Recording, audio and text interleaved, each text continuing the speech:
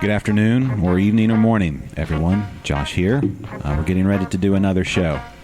I'm not going to spoil it this time. I'll let our distinguished guest fully introduce who and where we are. But this is where you can help support the show. This is where I beg you for money. This is where I tell you that we have a Patreon page. Go to interbrews.com/Patreon or patreon.com/interbrews, or click the link if you're on the website, or however you would like. And for as little as $1 an episode, you can help support craft beer and other craft beverages, Mike. Audio talking about said things in the Houston area and beyond. So if you enjoy it, and you do because you're listening to this, you can also help support little as $1 an episode by going to Patreon. I've rambled on long enough. Let's get to the show. The following is a presentation of Stewed Productions. This is Travis Whitmeyer, Whitmeyer's Distilling, and you're listening to InterBrews. This is InterBrews. Yes. Travis, how are you, sir? Very well, thank you. Good. Excellent job. Mike? I'm here. Yes, you are. We are here. My name's Josh, as I said earlier, and we're at Whitmeyer's Distilling Company in Houston, Texas, Harris County's first legal distillery. That's correct.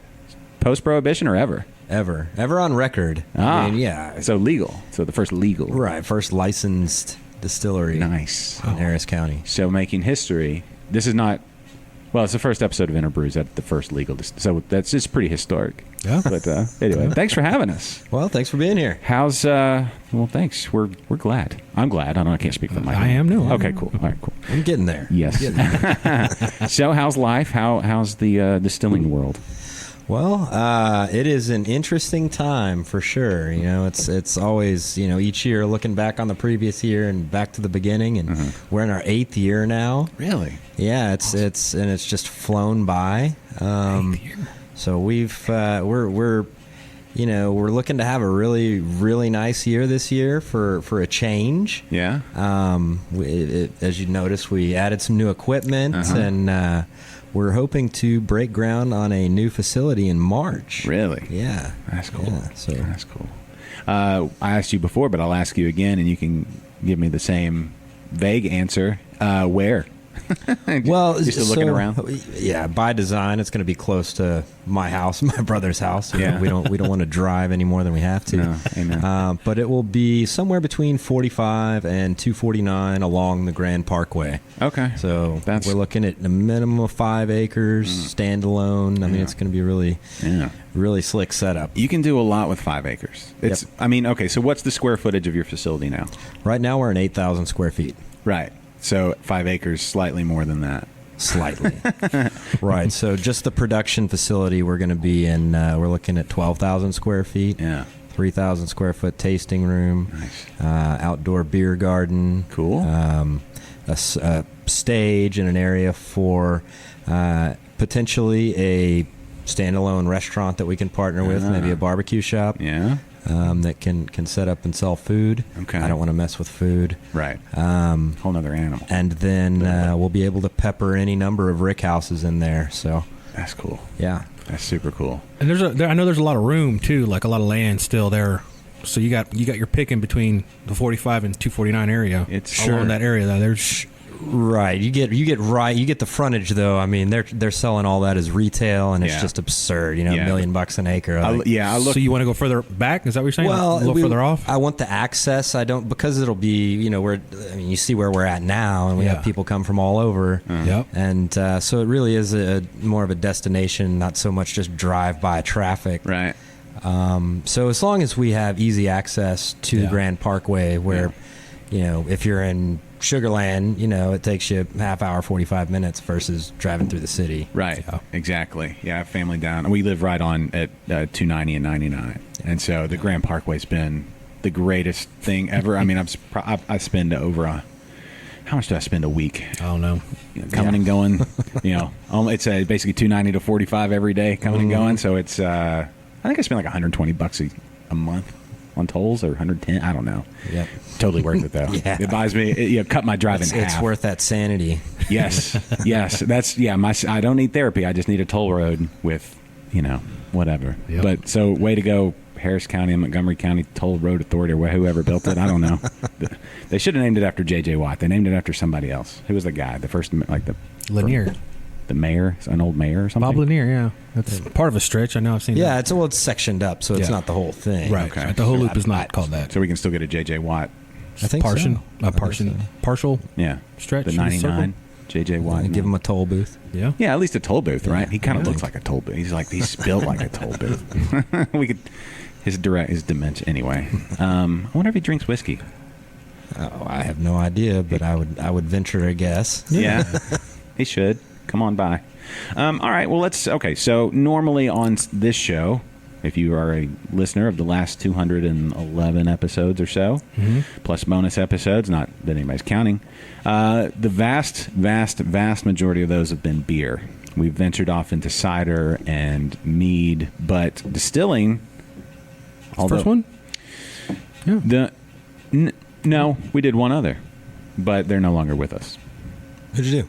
They were in Conroe, or that area. Oh, was it Big Ticket? Big Thicket. There Yeah, you go. yeah. But they closed shop, right? They closed up, and a guy out in Humble bought them. I don't know all the particulars of the deal, Sure. but at least bought some of their stock and maybe the brands. Now they're Old Humble Distilling Company. Okay. No, I've seen them too. Okay. So how many distilleries are there in the general? When I say Houston, I mean anywhere from Galveston up to like College Station to Oh man, Katy to.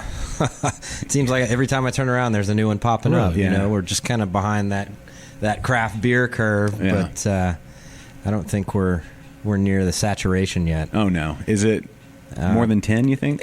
There's definitely more than 10 in Harris and the 9 surrounding counties. So if Okay. you consider that Yeah. the greater Houston area, I think we're 15 maybe. Okay.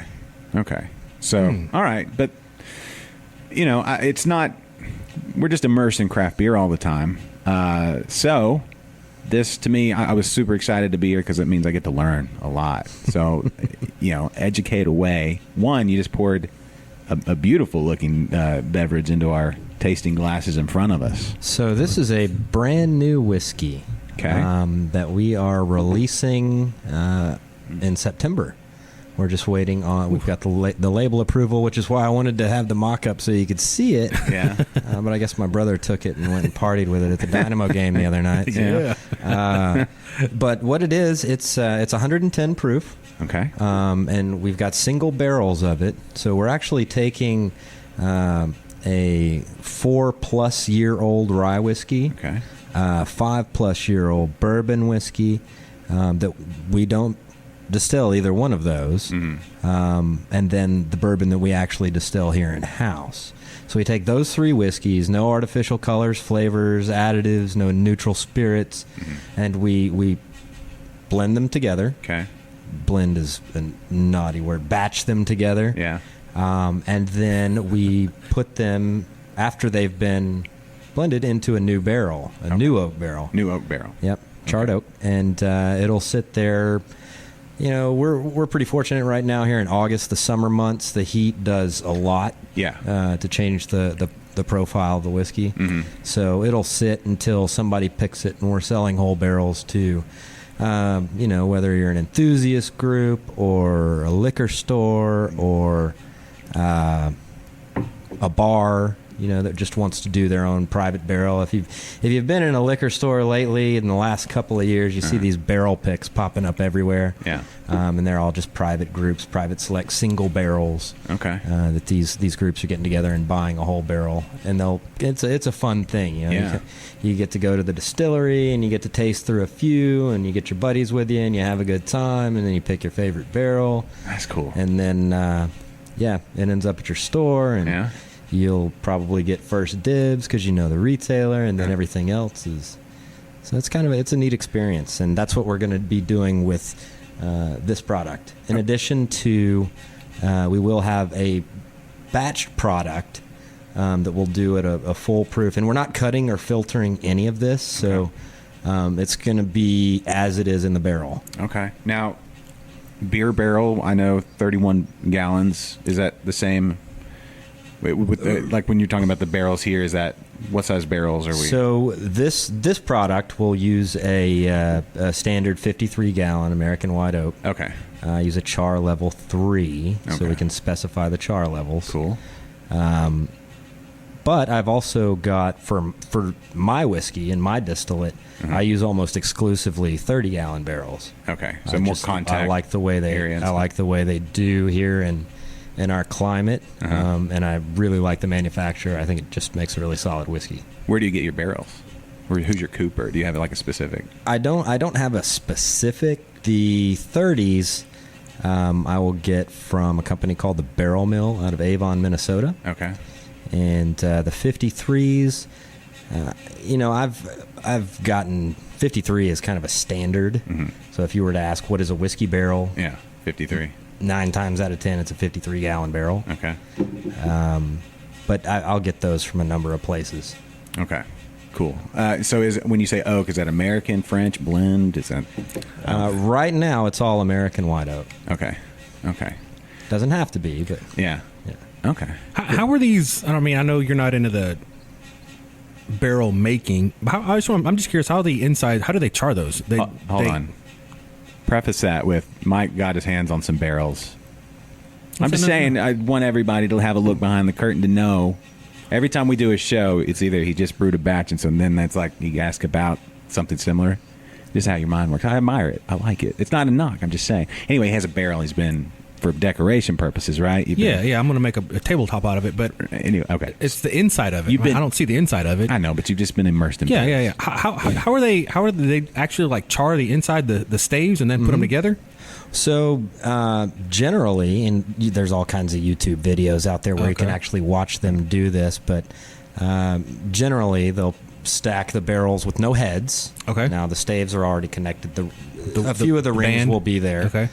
And they'll put it on a conveyor, and it'll just roll through a massive blowtorch. And the char levels are generally set to the amount of time that it sits on that flame. So how deep the char goes into the wood. So, Okay. Yeah, the cooperage. Yeah. Cooperage. Yeah, that's like a. I didn't know that. You I have never heard that word. Like grow up in that business. It seems they're like that's a whole like I don't know like a thing. Like go to college. Oh yeah. It's way back when, I want to say back in 2014, whiskey barrels were really hard to come by. There was a big shortage. Since then, we've had an influx of new cooperages come online. Mm-hmm. But at that time, I was thinking, okay, well, we can't buy barrels. We've got to do something. Let's look at what it takes to make a barrel. Mm-hmm. And I'm sitting here, man. I could probably knock one out in maybe 6 weeks. Yeah. and maybe it would hold water. I don't know. So yeah, it's definitely one of those lost arts. Skill, yeah. Your neighbors are asking what happened to their tree. Like, I don't know. Standing there with an axe in his hand. I don't understand. Okay, so that's pretty cool. That I love the fact that you can get your own barrel, and like that is the only that barrel. It's a once in a lifetime. That particular barrel, that that experience is yours and yours alone, and it's just like a blip in life, but it's like you get to. It's like I don't know. It's cool. And it's gonna it's gonna last indefinitely. Yeah. Keep it sealed, it'll outlive you. So it's something you can pass on to other generations. That's kind of a cool thing. I don't know if they've earned it. It's like you could have had something cool, but y'all were too so we drank it all. So I can't. It's a new generation. Would they appreciate it? I'm sure they would. They'll come along, right? Yeah. All right, so what all do you offer? And help me to understand, and I apologize for my ignorance, but help me understand the difference between like bourbon and straight whiskey and bourbon and scotch and all the nuance and that sort of thing. Like, school us. Sure. So we'll start with bourbon. So that's the classic American, the granddad, so to speak, of American alcohol. Well, American liquor. Mm-hmm. Yeah. And there are some pretty strict well-defined rules. This smells amazing. Thank you. By the way. Thank you. I wish people could smell through a microphone, but just trust me. Anyway, go ahead. So, in order for it to be called a bourbon by law in the United States, it has to come from at least 51% corn. Okay. It can't be distilled above, and it has to be all grain. Now, you can use various types of grain in the mix with corn, but it has to be at least 51% corn. Okay. Then it can't be distilled higher than 160 proof. So the proof at distillation cannot be over that. Right. And part of the reason is because they want to maintain the integrity of the flavor of the base ingredients. Sure. Right. So the higher in proof you go, the more neutral you get, and Right. you're getting rid of some of those base flavors. So does the type of corn, does it, like as far as the distinction, it can be any type of corn? Law says corn. Okay, so blue corn or Any kind of corn. white corn. And you see today, especially with all the craft guys and local and micro guys popping up, they're really starting to experiment with different types of corn. Yeah. There's just an endless, Yeah. it boggles my mind. Yeah. But yeah, in general, that's as far as the ingredients go. Okay. Then once it's distilled, you're not allowed to do anything to it other than add water and put it in the barrel. Okay. It cannot go into the barrel above 125 proof. Okay. And that again is if you put it in too high, you're going to have to water it down. And I guess you don't have to water it down, but it all comes back to maintaining the integrity of the spirit. So 125 proof. The barrel has to be new. Okay. Now, right now, if there's some nerds out there that are listening to this, it doesn't have to be a barrel. It doesn't have to be a barrel. I don't know of any other type of container. I haven't seen of TTB, which is our Tax and Trade Bureau, approve anything besides a barrel. So, and there's legislation right now to maybe make that actually be barrel, and they're trying to maybe even regulate the size of the barrel. Without venturing off too far. New oak barrel, 125 proof. Okay. And it has to be bottled above 80 proof. Okay. All right, so that's bourbon. Yes. Okay, Now, perfect. you Sure. talked about straight. All right, well, straight means essentially two things. It has to be aged a minimum of 2 years, and it has to be a distillate product of the same state. Okay. Meaning you can't distill a bourbon in Tennessee and distill a bourbon in Kentucky and put the two together and call it a straight bourbon. Okay. Now, a minimum of 2 years.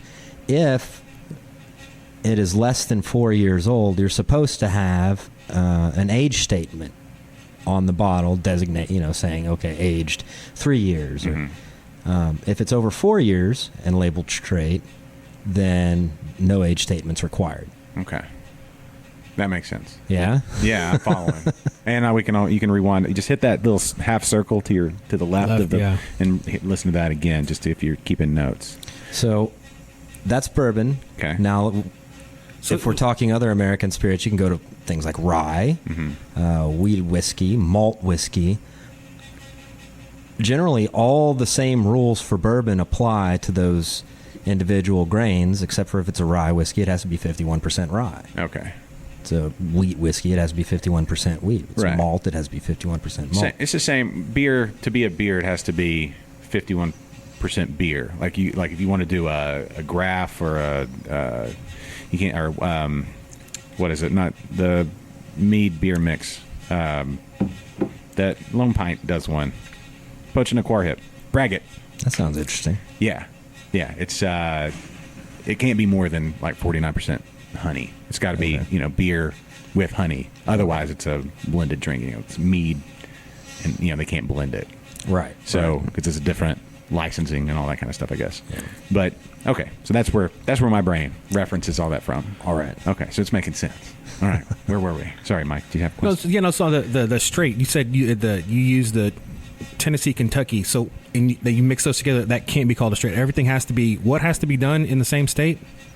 The distilling and the what? Right. It has to be a product distilled in the same state. The original state of distillation. Okay. So 100. If it's a Kentucky straight bourbon whiskey, that's Kentucky straight bourbon whiskey has to come from Kentucky. Yeah. Okay. But here in Texas, I can't distill a straight whiskey here and then take that and blend it in with a straight whiskey from Kentucky and put the two together And still call it straight. Because they're two different states. Doesn't mean that it's bad. We could still call it bourbon, Yeah, but we can't call it straight bourbon. makes sense. Okay. Does Yeah, it? I don't know that it does to me. Well, I mean, I get it is what I mean. It doesn't make sense. I don't know. But maybe back in the day, well, it was probably, if I think about historically speaking, one, just competition between the states, maybe, when you got those Kentucky guys. I know, I have family in Tennessee, so I know how they are. Everybody, a bunch of hillbillies living in both places, and that's meant with all the respect in the world. That's competitive. And then maybe even water profiles, maybe they be different? Could it anything like that? Or the way the grain grown? They could be. Certainly the grain is going to have an influence. Water will have an influence. Terroir or whatever. But, yeah, that sort of thing. but what you have mostly today, well, I say mostly because there's so many different expressions being offered now, but generally, if we're talking just in terms of 95% of what you're going to see on the shelves, especially if it's bourbon or rye, I mean, most of the time that corn's coming from the same place. They're getting the barrels from the same place. Their water, they might say, okay, well, this is some limestone filtered thing. Right. But probably in reality, it's RO. Everybody uses an RO. I don't know of anybody that doesn't use an RO. Yeah, straight Houston water. You get all of that. You Houston get a little work done to it. Yeah. So we're actually on a well here. Really? Yeah, we've got a well in the back of the complex. Okay. I want to say it's like 150 feet down. Really? Yeah, which is. I'll have to go back and check that because that seems a little bit of a stretch. The water table is not that low. But yeah, we still have a 7-stage RO out there. That, I don't care where you're getting the water from. Once that thing does its job, it's right, and it's good water. Well, yes, and then anywhere you get water, at some point it was somewhere like on the other side. The water cycle, right? Right. It was in the ocean or it was in the sky. It's water. For a second, it was in the ground near you. Right. Yeah. Right. So, Mike, did you already drink half your? Oh, that's good. Yeah. Right, yeah. Okay, I just keep smelling it. And now, as far as temperature and things like that to get, when you're tasting and that sort of thing, is there an ideal temperature? I mean, it's not chilled. Yeah, I just don't put it in the freezer. I don't care what you do. If you bought it, you can do whatever you want. But Sure. I'm not going to freeze my geek speak. expensive bottle of whiskey. Right. I'm not going to put it in the freezer. I'll drink it at room temperature. Okay, but the rule applies that if it's too cold, obviously your mouth can't. If it's below like 39, you can't distinguish flavors. Same reason that we were all hip on drinking freezing cold, cheap, light beer, right? Right. Which is changing, obviously, as I have this wake and bake. Yes. It just smells. I like it a little better closer to room temperature. The wake and bake? Yeah. Yeah. There's coffee in there, yeah? Oh, yeah. They, that's a good beer, too. Buffalo Bayou getting a new brewery. They're building it right now. Yes, they are. As we speak. Have you Big place. Have you been out to see it yet? I've not been out to see it, but they brew our single malt mash. No, I didn't know that. Yeah. Maybe I didn't. They're Stu told me, yeah. We're about the same age in terms of time in the industry. Really? We're good friends. So I should have expanded this podcast. I just was so focused on beer at the very beginning, because that's about when I started the podcast. It was about 7.5 years ago. So I missed opportunities. Like I was at 11 Below's right around the corner. We were there their opening day. Yeah. So oh well, I'm gonna get it now. What are you doing next week? I'll be back next week. I'll do another one. Anyway. So when y'all started in what, 2012, you said? April 2012. April 2012, 4/12. Oh, I like that. Hey, when it comes to your nose like that, that's nice. I remember Preston at the grain cellar. He sat me down and talked to me about all the different parts of the tasting and the smelling, the finish, and all that. Do you nerd out on some of that? What am I doing here? I really hate to get into that because I've been to. That's so stupid. Well, Preston. no. Not saying that anybody's wrong, and you definitely pick up different flavors based. Your taste buds are all located differently around your tongue, but not everybody's is the same. Right. And you can hear things like, well, you smell at the top of the glass, then you go to the bottom of the glass. Don't nose it first. I don't really subscribe to any of that. Yeah. And I try not to really good. push it on anybody. It's because it is so subjective. It's That more is of what do you enjoy, and if you want to read some books and get some other people's opinions on things, but I try not to impress an opinion and I like get that. your opinion back. That is super enjoyable. And this is Thank the you. blend you said, right? Right. Now it is 110 proof, and everything, all of those will be bottled directly from the barrel, so we're not cutting it, we're not adding water, so That's nice. Yep. I like that a lot, actually. I very think good. that's the problem I've ever, with whiskey or bourbon or any of that. I never had the chance or took the time to try some really good stuff. It's the same principle in craft beer. I'll just keep doing this the entire show but there's the mass-produced lagers that people think of when they think of beer, and then there's the really good stuff like 11 Below or Buffalo Bayou or any of your local guys. And same goes for whiskey, and same goes for spirits. It's just you can't make a judgment on something until you've had the good, best version of that. yeah, and you have to. I think the first big step is to understand and appreciate the fact that there's going to be differences. It's not all going to taste like what you may be used to tasting. Right. So it's those differences and being able to kind of figure out those nuances and being able to pick out, Fruit Loops or Flintstones vitamins and all, because all those little things are there from glass to glass, and that's kind of the fun part to me. And that's what people taste. Yeah, Certain people. Yeah. and not everybody tastes the same thing. This product is a good example of that. You guys may even know somebody that says, "Oh, I don't drink rye. I'm a bourbon guy." Mm-hmm. Yeah. But you blind taste them on some rye and some bourbon, they probably are not going to get it right every time, which is which. Yeah. And I was just humbled. I recently did a blind tasting of 18 different whiskeys. There was a 15-person panel in the Houston Bourbon Society, the local group here, and I even picked bourbons to be ryes and ryes to be bourbons. I didn't get it right. Yeah. And it just happens. So. Is there the spirits equivalent? Like, does each different spirit have its own kind of like, how there's a Cicerone for beer and a Sauvignon is there like for wines and stuff? Is there the equivalent? Or is it just, again? It's another one of those things that, I guess some level of certification, which I think we do have now.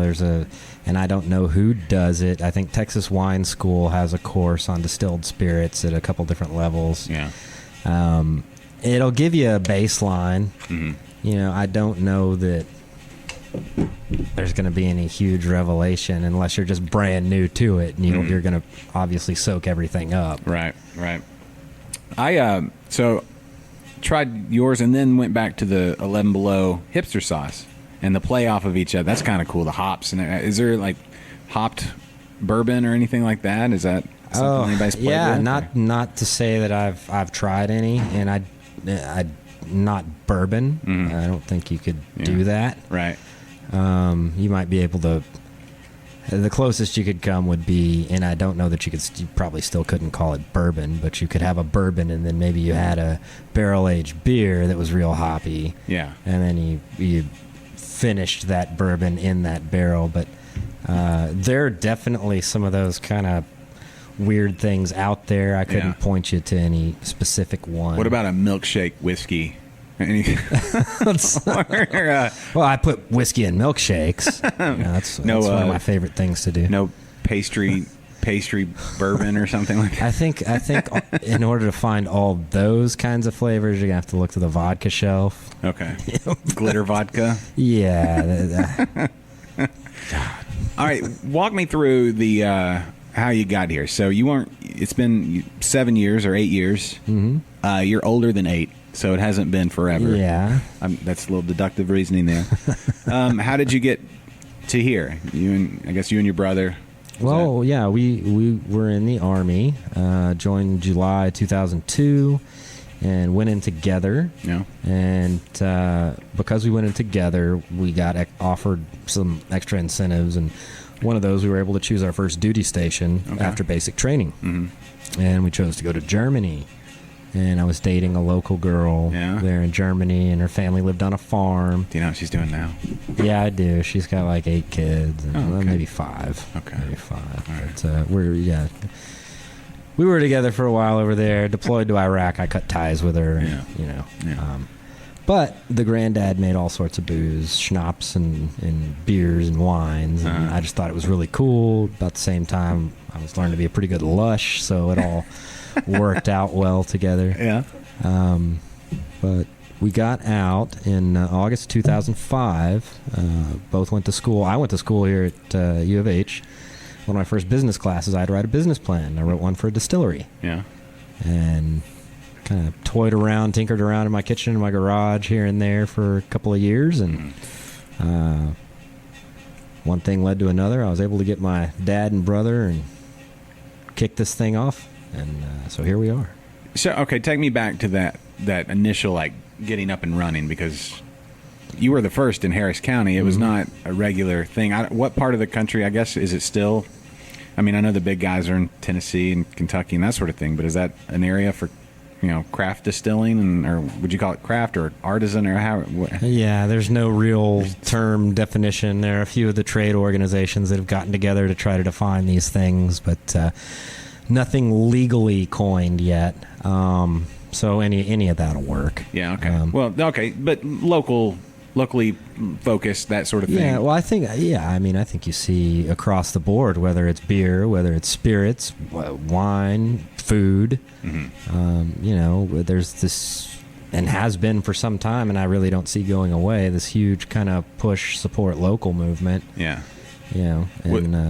So yeah, I guess that's going on pretty much everywhere. Yeah. Was there even in Kentucky and Tennessee? Okay. Was there any pushback, like from the local government, county, or anything like that when you were? Because they're like, oh, we've never done this before. Was there? Yeah, it was interesting. It was an interesting experience.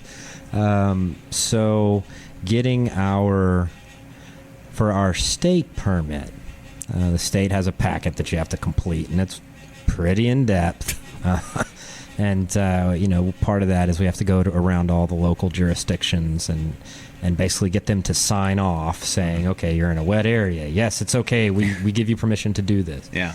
And we went to Harris County and the county clerk's office, and they had to basically sign off saying that we're in a wet area. Mm.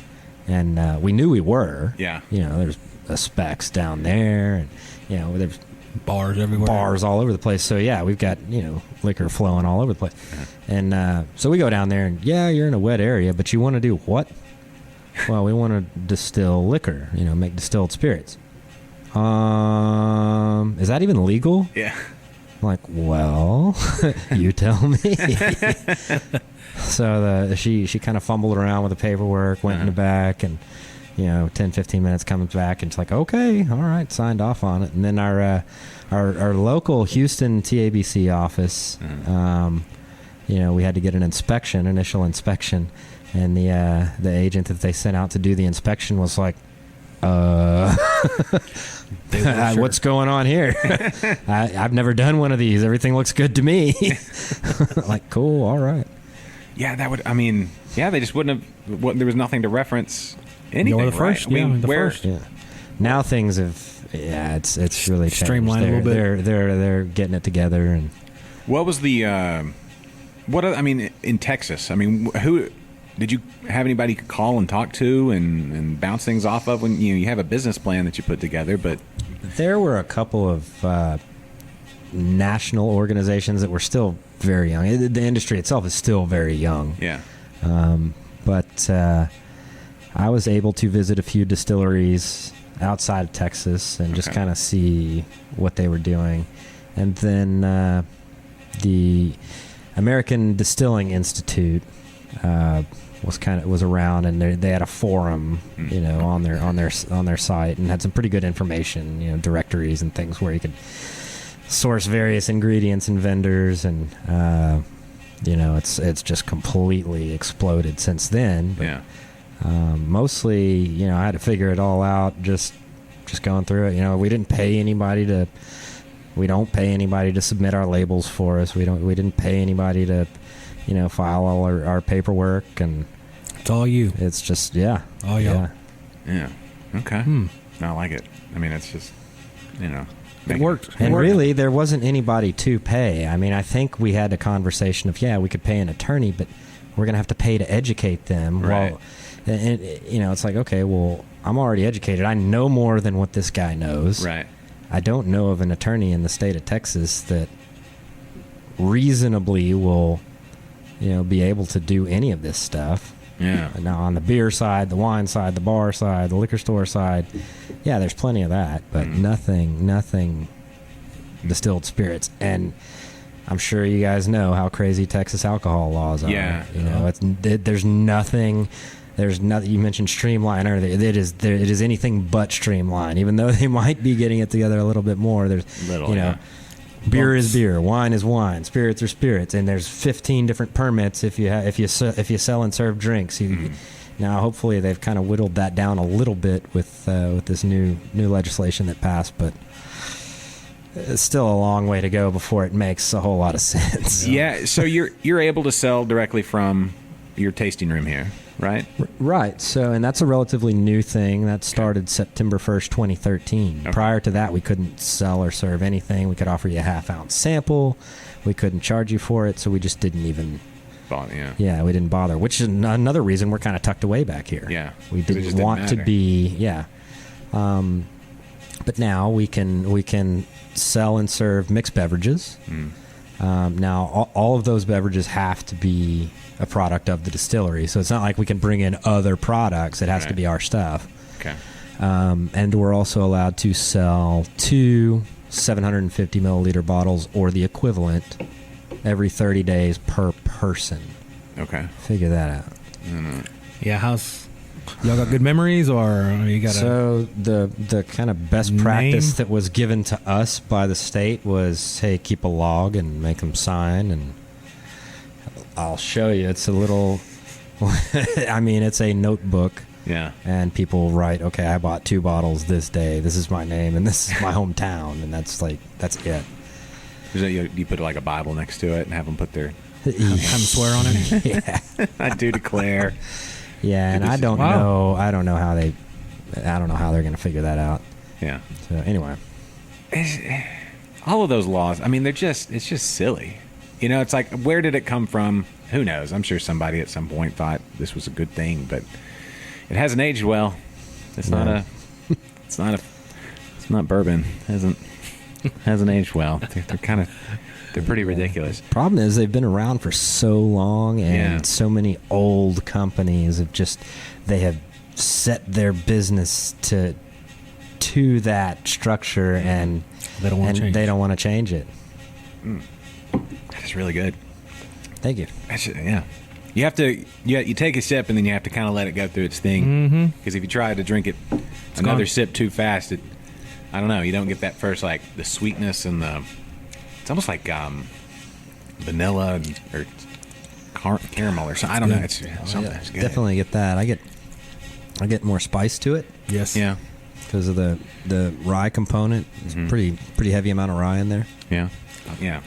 It's good. But then you can you take a little sip of hipster sauce, let it do its thing, and then come back, and then you get that all over again. It's like a party each time. Yeah. I like that.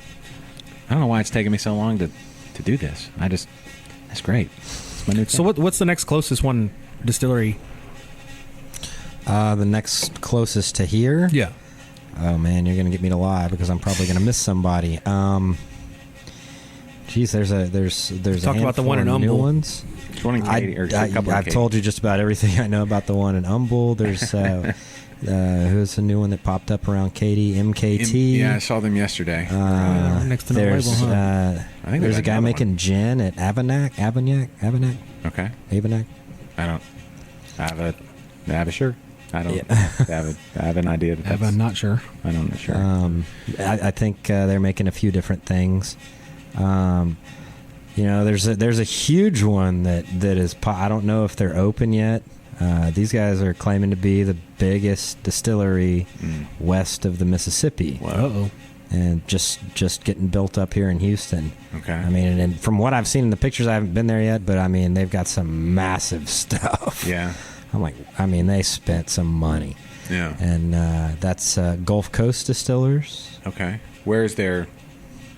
They took over, it's Uncle Ben's rice factory, an old. Oh, yeah. Uncle Ben. Yeah, I remember Uncle Ben. And they've kind of refurbished it and remodeled it, so you might want to check them out. Okay. Is the community the same? Like, I know the craft brewers, well, now there's so many of them, it's hard for everybody to keep up with everybody else. Yeah, but it's a pretty tight-knit community, people helping Yes. each other out and that sort of thing. Is the same? Yeah, it's friendly competition. Yeah. Yeah. I certainly don't have anything bad to say about any of the distillers around the state. Yeah.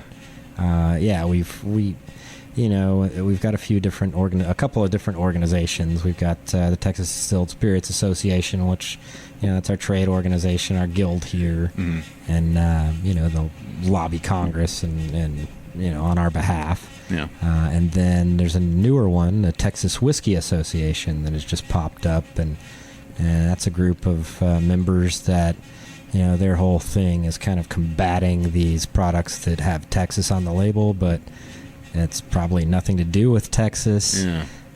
It's just there as a selling point.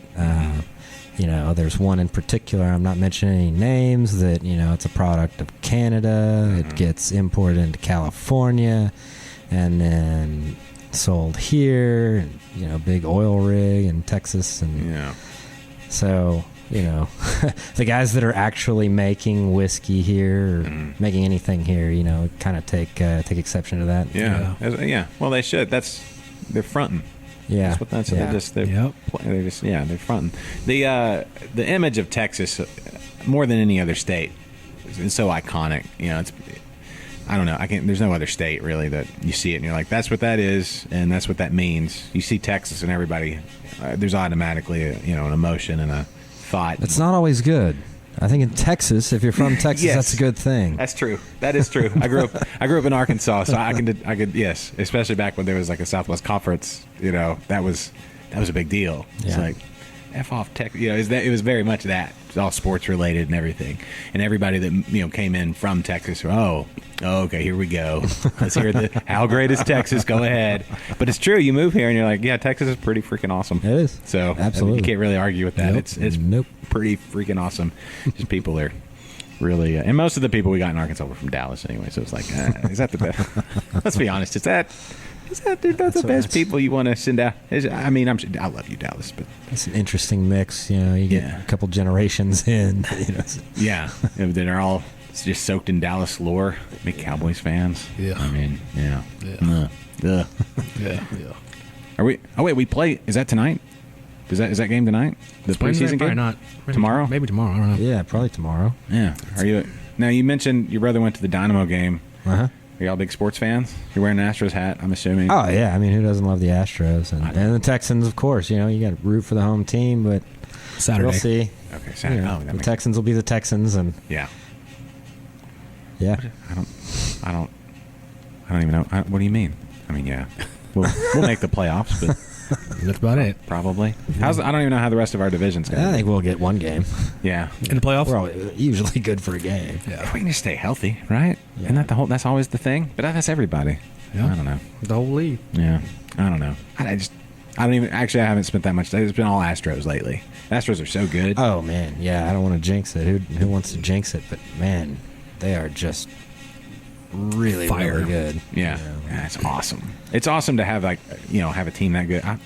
You want the Rockets to jump up and be that good, but this is just the Maybe. Astros. Well, now actually, things are, Westbrook, yeah. This is my youngest son, who's 1.5 now. We all remember when the series was. He was born game 2 of the series. yeah, Awesome game, right? yes, So my wife and I, baby, we get discharged from the hospital the morning of game 5. Right? And y'all remember game 5? It was game 5 was that was the slugfest yeah. that just went on and on and on. So my wife and I, baby, get home, and it was emergency C-section, so it's not like it just. I mean, she was in a bad way. Yeah. Buddy of mine calls me up. He says, "Hey man, I got an extra ticket." I'm like, dude, I literally just got home from the hospital, but let me ask. And what? And she just kind of overheard the conversation. She's like, "Go, just go. Yeah. My mom's gonna be here. It's gonna be okay. Just go." Oh man. And I'm like, best wife. Yes. Yeah. But I'm still paying for that mess, man. Probably worth it. But it was absolutely worth it. Game that 5. was like the best game in baseball ever. Yeah. Seriously. And you were there? Yeah. Man, that's awesome. Yeah, see, always go. I mean, I don't know. In your case, yes, go. But like, I had a chance. I could have been at Biggio's 3,000th, but we were coming back in from town, and like, that's good. I'll just get the family home. I'll watch on TV, and it's like, they did it. You could have went. I could have been there, but I didn't. But anyway, so now I regret that. But you were there. You got to go to that game 5. That game 5 was amazing. That was, man. It was. Yeah. Yeah. And we're probably gonna play. I've never. It was just so loud. Yeah. So loud. That was That's. I'm not jealous of the NL. They're gonna have a good last run. We'll get into sports for a second. The NL is gonna be super competitive. So, and then we'll just wait and see who we're gonna play. Right. Yep. We'll play the Yankees in the ALCS. Beat them. Hopefully, it's the wild card can knock somebody. Whoever plays the wild card can knock them out. Oh, the Yankees. Yeah. That is really good. Honestly, that's my first time since tasting the production batch. That's the first time. I bottled this yesterday. Yeah. Okay. Yesterday before I left work, and super pleasant. Right? I'm digging it, man. Yeah, this is really, really good. So, yeah, that's great. Especially after it sits for a couple more months in the barrel. Everything marries together really nicely.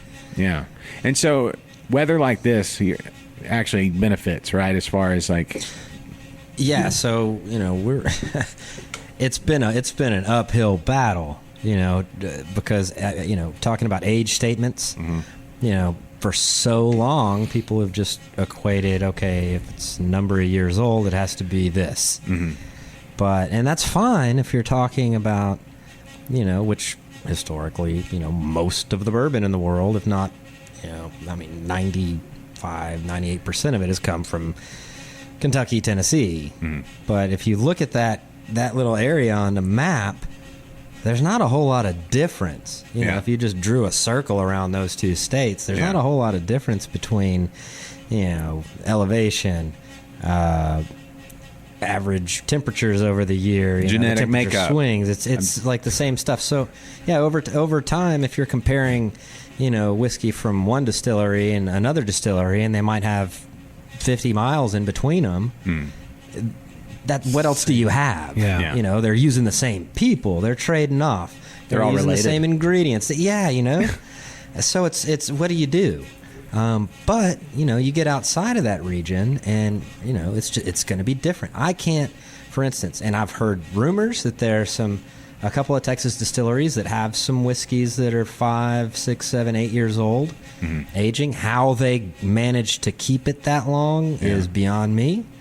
I'll tell you, I did a 4-barrel batch and let it go for a little over 3 years, and not one of those barrels had any more than maybe half of this bottle, and what was left was just sludge. Really? Yeah, so, you just lose that much because it's so hot here. Yeah. Wow. Yeah, so, if you're climate controlling or you're consolidating barrels or, I'm not real sure, or if you've just got a whole bunch of barrels stacked up on top of each other like you have in the big rig houses that you see, with the big guys. If you're sitting on 100,000 barrels and they're all stacked up in and around each other, well, if all you have is the outside elements to kind of impact that hot cold expansion type thing that's going on, well, all those barrels that are sitting kind of at the top and then on the sides, they're going to feel most of the impact. But you get down into the core of that, with much milder swings, it takes a really long time for those barrels to impact, even though they might be rotating, whereas here you step out there, it'll be 95 degrees in that warehouse today. Yeah. At least. Yeah. Today. Yeah. And then it'll cool down. It'll be in the 70s. Bunch of drunk angels. Yeah. Flying around, running into the sides of the buildings. You know what I'm talking about, right? The Angel Share, Devil's Cut, all that kind of stuff. Mm-mm. Okay. Well, anything lost in evaporation in the barrel, that's the Angel Share. Did I get that right? Right. So, yeah, the losses that's exactly right. The losses that we lose over time in the barrel, it's the Angel Share or the Devil's Cut. The Angel Share is the stuff you lose to evaporation. Okay. And the Devil's Cut, when you go to empty that barrel, there's a certain amount of whiskey still trapped in the wood. So that's and the you Devil's can't get Cut. that out. Right. It's just there. There's no like barrel fracking. Well, there's at least one, like Jim Beam's Devil's Cut. They claim to be extracting it somehow. I don't know what they're doing. Pressing it or something? Centrifuge or something, maybe. Nah, I don't know. I don't know. How do you do knows? it? Yeah, like a wood press. Just making paper squeeze the last. and everything that comes. I don't know. Maybe, but I'll tell you, man, those barrels are pretty dirty. So if you're pressing it all together, Yeah. and then who knows? It may just be like some small amount that they just add to. Just enough for the marketing. I don't know. I'm not. That's it. We don't want to go there. I don't care. I don't really have a. You don't really know. I don't know. Enough. I don't know. No. I don't know. I could tell you I've racked my brain on actually being able to do it, and I don't see a way. Is there is that the equivalent, like Jim Beam and Jack Daniels and that sort of thing? Is that those guys? Is that the same as like is ABI to beer? Are they No, different? I think the AB InBev thing that the beer world has, there's a lot more hate there. Yeah. I'm a fan of a number of Jim Beam products, a number of Jack Daniels products, makers, all of them, all the big guys. I mean, came from somewhere, right? And they're still putting out quality stuff. Yeah. Yeah. That's true. It's you kind of evolve over time, so it's not. I doubt ever again you'll see me pick up a Jim Beam White or a Jack Black. I mean, it's just not going to happen. Right. Well, but just because they have so many other offerings that are more my speed, and I'm generally a fan of the uncut, unfiltered cast strength stuff, barrel proof stuff, because really all they're doing is adding water, right? So if you see it bottled on the shelf at 80 proof, that's the minimum. okay. And all they're doing is watering that down for you, and you could add your own water. And it might be $20 a bottle at 80 proof, but if you give me a $30 bottle at 110 proof, well, I add some water and it makes it up. Yeah. Or I just drink it as is. Yeah. Could you just leave the lid off and let it evaporate and then get down to the same? Well, I guess you're evaporating alcohol too, right? So, I don't know. Or run it through y'all getting a little feedback or something? A little bit. I think it's There you phones. I think it's the phone. Oh, lost it. I think it's my phone right here. There's always a That's phone. good. Phones are funny. They let us do so much, but then they dance on the mic. Yeah. They make that little tapping sound. But whatever. Okay, so what's the timeline? Jumping all over the place a little bit here, but the timeline for the you said for the new place. Are you placing a hard got to be in by a certain time, or are you just going to let the We've process got 18 months left on our lease. Okay. Here. I expect it's going to take every bit of a year to complete permit and be into a new place. So right now we're in the kind of beginning stages of finding out exactly what it is we want. Okay. And then, once we get through the holidays, then it's going to be. So October, November, December, and the distilled spirits world, that's half of our business for the whole year, because you got cooler weather, you got hunting season, you got football, you got the Christmas, so you got all that going on, and so right now we're gearing up for that part of the year. So that's really our main focus right now. But once November hits, it's just twiddling thumbs around here. So like November, December, we get like a 2-month break, short of just keeping the stills running, which you still have a lot of downtime because the stills are doing pretty much their work as long as they're maintaining them. Right. So November we'll be looking to do things more concretely. But we have set the goal. We want to break ground March of next year. Now, when you say break ground, is that like already just move in or build? Start to build, start to refurbish, retrofit, just whatever it you is find. we found. We've got a few places that we're eyeing right now, but I like options, so Okay. Yeah. definitely want to see what all's out there and make the best bang. deal. Yeah, make the best deal. Yeah, and man, who knows? We don't get into politics or anything like that here on this show, but it seems to be a little something in the air. It's like, what are the next 6 months or whatever hold as far as like what are those land values going to be and all that, as far as like economics and all that kind of stuff. Yeah, everybody's just kind of shoulder shrugging. Yeah, well, I mean, I'm not terribly concerned with that. I mean, it's a bunch of buzz, man, but realistically nobody knows what's going to happen. True. And you got people saying, okay, well, 18 months down the road we're going to have a recession. You got other people saying we're in a recession now. They've never played the stock market. I mean, so it doesn't, I just don't pay attention to any of that. I mean, yeah, I expect at some point it'll probably go down, but I'm not going to sit here and hinge on a bunch of what if fantastic guesses. It's like, I know in order to feed my family we have to keep this business going, Right. So all that other stuff take a back seat. I don't think whiskey is going to hurt. No. Well, okay, that's okay. Like traditionally when there is like an economic downturn, people like to drink.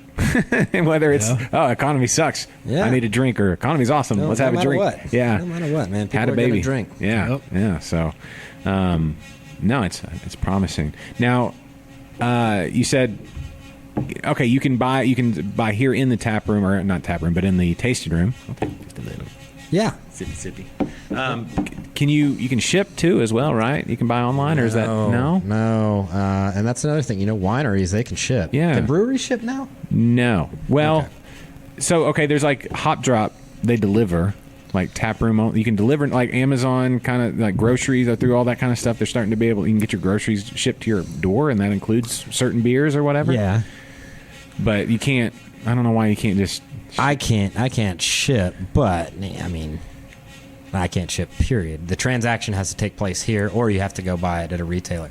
See, breweries can self-distribute. That's another thing. Oh, and you can't. We can't. And that makes it really difficult, especially for these new guys getting started. It's like, there's a whole plethora of new distilleries popping up everywhere, but there's not a whole lot of new shelf space. Right. Which makes it really, really tough, especially if you're just getting started out. And shelf space, well, that equates to whatever's in that distributor's portfolio. So, you got that distributor rep out there every day with 100 different labels, and he's remembering, okay, what do I have a deal on this week? Or, and it just turns into, I'd say in general, it's going to turn into, okay, well, where's a hole in the shelf? Okay, we need more of that. It's not like there's a whole lot of selling involved. Right. And I don't want to say that's the case all the time, but I've seen more of that, and especially if you're a new brand, without being able to get out there and do it yourself, it's going to be really, really hard for you. Well, no, and it's just like having an employee is just not gonna be as passionate as the owner. I mean, there's always going to be a little bit of. They may be a really good employee, but as far as like having their, every bit of their soul invested into the business, it just can't. It's just not right. It's the same thing with a distributor. They may do it, you don't want to buy a fleet of trucks and that sort of, probably. Maybe you do. I don't know. But it's shipping business is a completely different thing, which is a big part of what distribution is. But they're never going to have the passion for your product because they've got all those other products to push and everything. Yeah, the 3-tier system is there. I'm not in any way advocating getting rid of the 3-tier system. I think things could be a little bit more loose in that instance. Hey, if you're starting up, I think you probably have the option to at least locally distribute your product. Yeah, even if it's if you want to, a few mile radius or something. But I know. Just for me, I don't want to run a fleet of trucks. I don't want to invoice all these retailers. And it'd mean hiring a sales force, a bigger sales force. And it's just, no. So what do you got? You got volunteers, or it's just you and your brother and Stu? Who's? So we've got 7 employees right now. 7? Okay. Yeah. For one for each year. Yeah. Okay. That's a lot. I think that's for Yeah. Well, we've got 2,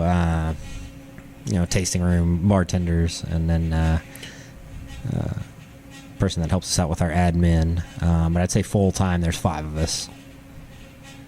Yeah. As far as in the tasting room, cocktails and things like that, or mixed drinks, and what all do you offer? What do you recommend if somebody's saying, Well, I guess Stewart's out there running the stills right now, but he's kind of taken over the crafty cocktail side of the equation. Does he wear a vest when he does it? He does sometimes. Okay. And he can make all kinds of things. There we go. Speak of the devil. Yeah. But me, I mean, I could pour you a whiskey. So I can't make half the drinks on that menu, honestly. Full disclosure. Yeah, I just want to come try it. But there's the smoked old fashioned is really, really popular. Yeah. Whiskey sour. Whiskey sour. That's what my roommate, he got me started on sours back in the day, back before I was even legal. But it was whiskey sours. Travis Texas Tea. The H-Town Mule. Here we go. So tell me about your gin. So the gin is, you'll notice it's got some color to it. We actually age it on sassafras for a few months. Okay. And that's... The botanicals are juniper, Right. Gin, juniper. That's a requirement. It then also use coriander, orange peel. I distill it with whole cinnamon sticks. Really? And we'll charcoal filter it, and then it'll age on the sassafras for 3-4 months. Where does sassafras is a root, right? Where does it... Well, it's a plant or a tree. Where does it grow? It grows wild. I mean, you can find it even around here, East Really? Texas. The material in there, it's a honeycomb type of stave material that we get from one of the coopers that makes it. Cool. Very cool. Okay. Gin. But yeah, we used to, being kids, we've got a little farm over in East Texas. We used to pick sassafras and make tea out of it. Really? Yeah. I guess I didn't realize that it was just that abundant. But it makes sense. I mean, if they were making it back in the day, that's like when you see like a Western from back in the day, it's like like a root beer, sassafras, or whatever, that sort of thing. Yeah, you can go. I remember going to Hardy, Arkansas, which is a little place up in northeast Arkansas that had like an old town, like they have like a river there and stuff, and you go in these old like the candy stores and they'd have sassafras soda or whatever it was, that sort of thing. Now margarita. I see the word margarita. Yeah. When I think margarita, I think tequila. Sure. You have. I mean, you can break the rules. You can bend the rules, man. I like that. It doesn't have to be tequila In a margarita. If you like the flavor of margarita mix, then mix it with something else. Right. We have It's whatever you want. we call it a moonshine, but we make it's basically an unaged distillate that we get from cane sugar, corn, and malted barley. Okay. I don't know if we have any back there right now. There's not a lot of demand for it. If you remember the show Moonshiners when it came out, the category kind of exploded for a little minute and then just kind of faded away. Yeah. So we had we had the moonshine product, but it's got kind of a tequila-esque to it. Yeah. But yeah, we have people do whiskey in the margarita. Yeah. Why not? Why not? It there's no rules, right? As far as I don't know if there's like a margarita society. I'm sure there's something. The peach whiskey. I got to try the peach whiskey not that long ago, and it was really, really good. So yeah, I don't add any sugar to it. It's the peach is subtle. Yeah. It's nice though. It's gonna taste like whiskey. Yeah, it does. But there's it's like that like a peach kissed it. Yeah. Or nuzzled it or something. I don't know. Have you tried it, Mike? I should have shared. Well, you should have been there. I would have shared some with you. I know. Lemon drop martini. My mother-in-law would be right here on that.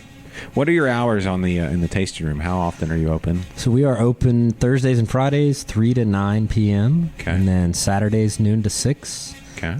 We do have some on-site kind of snack foods, but you're welcome to bring your own food. We do various events from time to time. we host a lot of parties. We've got another wedding coming up. It'll be our second wedding. Really? Yeah. Where do they do? Do they do the service in here? Yeah, I'm actually thinking about becoming ordained. You should. Yeah, I think so. Yeah. So the actual wedding's going to be here, not Yes. just like the reception. Wedding and the reception. Everything. Yeah. All in one. Yeah. One stop. Why not? Why not? Why not? Why not? Why not? Have you priced wedding venues around the Houston area? I've got 3 daughters. I mean, we were ways away. We're just now getting. Dude, it's like you can't get married in Houston for less than $20,000. Yeah. I'm going to get ordained. We're going to do it from the living room. Yeah. All right. What's this? I'm going to hire you. Okay. Wait. What? Oh yeah. Oh, okay. Whenever. For your Whenever. wedding? Is Yeah. that? Are you trying to tell us something? Yeah. No. For Okay. a wedding. When? I don't know. Just whenever. Whenever. Retainer. Keep y'all in mind. Retainer. You just need me on retainer. Because I had to buy my daughter a retainer. Well, if you wait on it, the new spot, I mean, it's It's going to be a little bit bigger. going to bit be nicer? nicely landscaped. It's going to look like A venue. a wedding venue. Yeah. Yeah. No, I think we need. I don't know if we need more wedding venues. I don't go to a lot of weddings. Well, we're not a wedding venue, but Well, I'm saying, if you've got $20,000 to spend, but I'm saying like places that would be appropriate for. We need more of that type of like family just gathering Yeah. places where you can just put.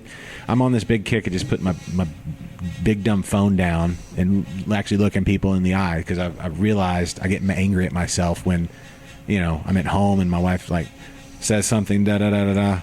Oh, what? Because I was just so engulfed in my phone. Big dumb phone. My big dumb phone. And it's, big dumb Josh on his big dumb phone.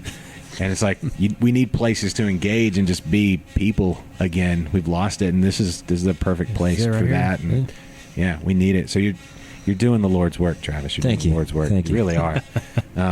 So, this is good stuff. What time is it?